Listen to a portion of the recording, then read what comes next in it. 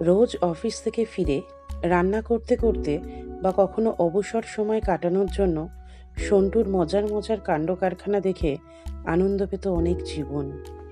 ওর অঙ্গভঙ্গির সাথে বাবেলের মধ্যে লেখা মেসেজগুলো অবিকল মিলে যেত।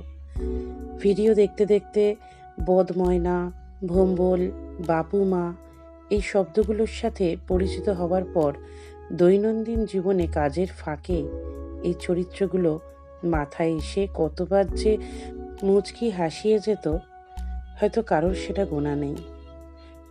সন্টুর কাণ্ড কারখানাগুলো একদম নিষ্পাপ বাচ্চাদের মতোই আনন্দ দিত সবসময়। কিন্তু ২রা মার্চ ২০২৫ রবিবার রাতে মোবাইল স্ক্রল করতে গিয়ে সবাই যখন ব্যস্ত, তখন হঠাৎ এই খবরটাই চোখে পড়ে। আমার মা পাখি পৃথিবীর সব আলো নিভিয়ে আকাশের তারা হয়ে গেছে। দেশের সীমানা পেরিয়ে সন্টু সকলের প্রিয় হয়ে উঠেছিল। সেই সন্টু নাকি সবাইকে ছেড়ে চির বিদায় নিল। অনেকেই সন্টুকে ছুঁয়ে দেখেননি, তার কাছে অনেকেই কোনোদিন যেতে পারেননি, শুধু সমাজ মাধ্যমেই তার সাথে পরিচয়। কিন্তু তাতেই সন্টু সবাইকে আপন করে নিয়েছিল। বুক ফেটে যাচ্ছে সবার, বিশ্বাস করতে বড্ড কষ্ট হচ্ছে যে সে আর নেই।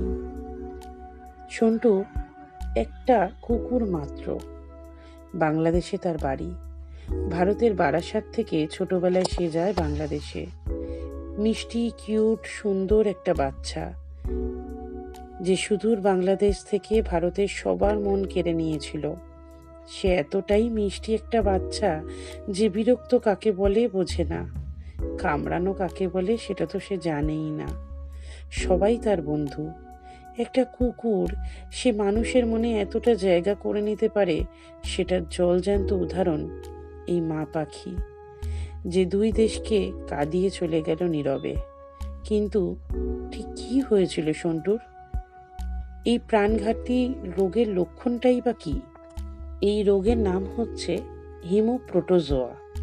হিমো অর্থাৎ রক্ত সম্পর্কিত, প্রোটোজোয়া এক রকমের জীবাণু। রক্তের ভেতরে এরা বাসা বাঁধে, বংশ বিস্তার করে এবং থেকে যায়। রক্ত যেহেতু দেহের প্রতিটা অংশে সঞ্চারিত হয়, তাই রক্তের ক্ষতি ছাড়াও যে কোনো অর্গানকেই ক্ষতি করে দিতে পারে এই প্রোটোজোয়াগুলি। হিমোগ্লোবিন কমে যেতে পারে, লিভার, কিডনি খারাপ হয়ে যেতে পারে, নার্ভাস সিস্টেম ক্ষতিগ্রস্ত বা নষ্ট হয়ে যেতে পারে।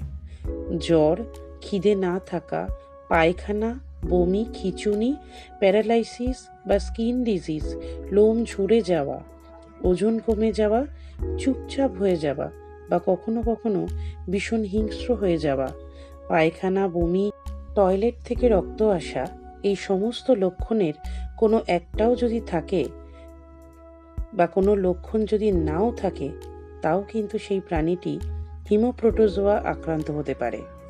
এই অসুখের সবচেয়ে ভয়ঙ্কর দিক হচ্ছে এটাই যে কোনো রোগ লক্ষণ বিচার করে আপনি নিশ্চিত হতে পারবেন না যে প্রাণীটি হিমোপ্রোটোজোয়া আক্রান্ত নাকি আক্রান্ত নয়।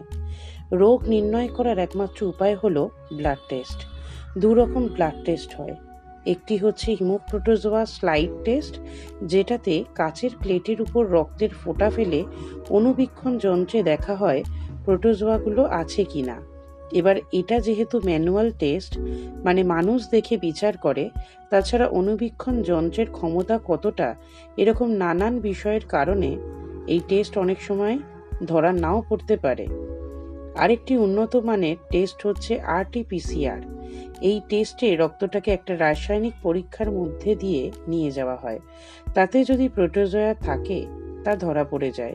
কিন্তু RT-PCR অনেকটাই খরচ সাপেক্ষ।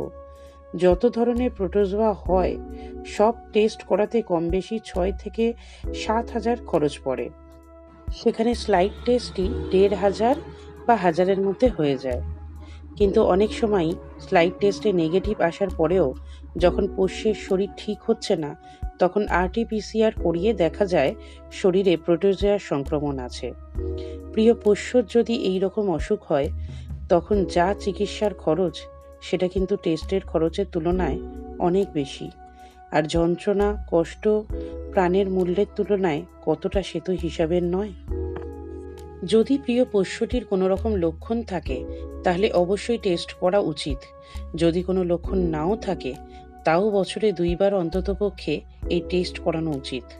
সঙ্গে CBC, ESR, CRP, LFT, KFT এগুলো করিয়ে পোষ্যকে বিপদমুক্ত রাখুন। একটা পোকাও যেন পোষ্যের গায়ে না বসতে পারে বা কামড়াতে না পারে, সেদিকেও কিন্তু খেয়াল রাখতে হবে। একটা পোকা থেকেও হিমোপ্রোটোজোয়া হতে পারে। অনেকে পোকা দেখলে ফেলে দেন। হিমোপ্রোটোজোয়ার ক্ষেত্রে কিন্তু এই উপায়ে অসুখ ঠেকানো যাবে না, একদমই যাবে না। আপনার নিজের পোষ্যকে সবসময় খুব ভালো রাখার চেষ্টা করুন।